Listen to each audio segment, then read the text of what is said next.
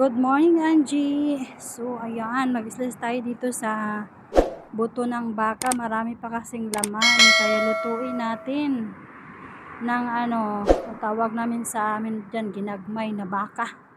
Bisaya pa. Hindi ko alam kung ano sa Tagalog o ano sa inyo tawag dyan. Sa amin kasi ginagmay na baka with carrots and patatas. So, ganyan siya mga kachabi. At saka nilagyan ko ng kaunting cornstarch para may malapot-lapot siya na konti. Basta luto yan sa amin is ginagmay na baka. Kung sa baboy naman is ginagmay na baboy. Yan yung pangalan sa amin. Kaya isles natin mga ka-auntie kasi sayang din itapon. Pag itatapon ito, wala na. At saka wala silang ulam dito ngayon. Kaya gawa na lang natin ng paraan para may ulam yung matanda din. At saka gustong gusto din niya to kakainin, kaya sabi ko lutuin ko na lang ito.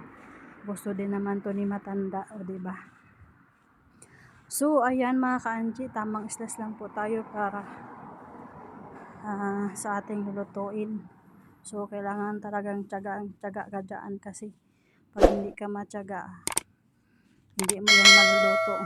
Walang tiyaga, walang nilaga, ganon. So ayan mga ka-Angie.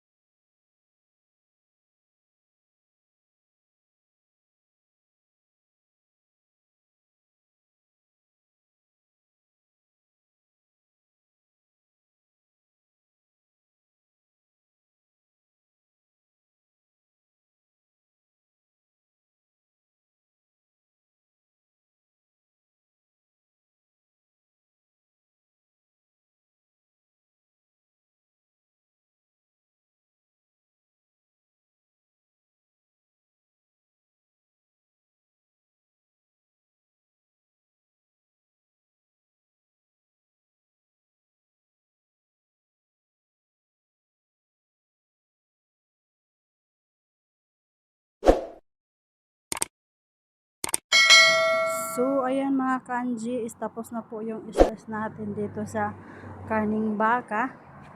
Ayan, ilagay muna natin sa baunan para ma-separate natin at saka maghiwa tayo ng lamas. So, ayan, nakahiwa na ako ng lamas at saka mag-start na tayo magluto. Isahin natin yung bawang sibuyas, ahos. Ganun lang yung sahog ko mga kanji at saka lutuin na natin yung ating beef. Ginagmay na beef sa Bisaya pa. So, ayan, nilagyan ko yan ng cornstarch para mas lapot-lapot at saka yung